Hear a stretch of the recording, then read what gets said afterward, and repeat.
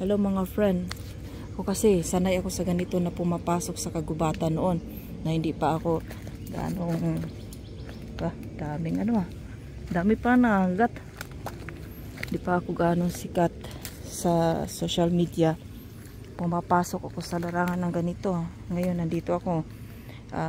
Umano muna ako sa ganito. Nung pumasok muna ako ngayon. Kaya kare-recharge na ako sa katawan ko. Charge dito, napaka mahirap pumasok sa ganito, lalo na gabi na, padilim na. No? Okay.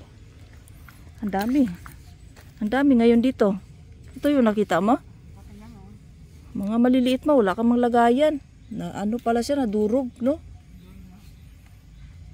Ganda sana to kung di durog, pero ang daming nangangagat, ha? Daming daming insect. Kasi na. Sige na, wag ka na masyado no sa malayo. Dito lang tayo sa banda sa uli. Kasi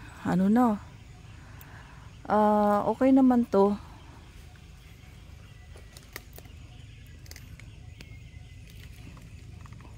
Putulin mo nga tong isang ugat.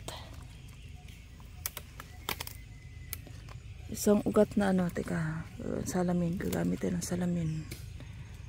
Apatan to. Ganito po ang mga ginagawa ko pagka people. Ito marami ugat kasi mamatay sila. Pagka inano natin.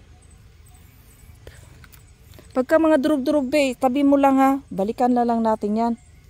Wala naman nakakaalam dito. Kailangan buo. Durug-durug na Siguro sa paglakas ng ulan nito. May nakita akong ugat dito. Kakaiba. Maraming mga tabi po. Recharge lang po ako sa aking katawan. At ako'y matagal na hindi nakapunta dito.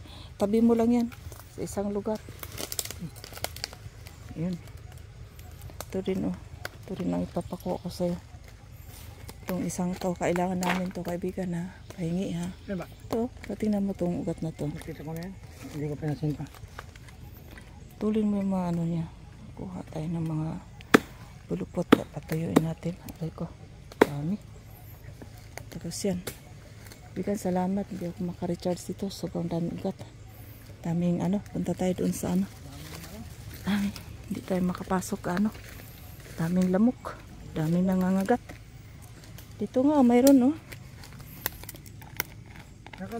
Sabi ko, kunin mo na lang din dito. Banda sa dulo. Sa likod mo nalalagay. Lapag muna natin. Dami na nahulog pero putol. Chap-chap siya. Nahulog ang aking sing-sing. Ayos to. Nangain, ng ganda itim na Sa dami na niyan gayon diyan, ang ganda hulog. Pagka umaga na lang tayo pupunta. Pagka dito. Alam mo. Bunga na, sabog na. Yan mga people. Kasi ako noon, mahilig ako dito pumasok. Pumunta sa ganito, kasulok-sulukan talaga. Hapon na kasi, wala na rin akong time sa akin pagmimisyon. Kumbaga, dahil sa marami akong inaasikaso. Mga gamot ng pasyente, mga nagpaparitwal sa akin. Namimiss ko yung pangangalap ko sa mga ganito. Sa pag-akyat-akyat namin sa kabundukan at kagubatan. Okay people. At kami na may naman. Okay. Maraming salamat po.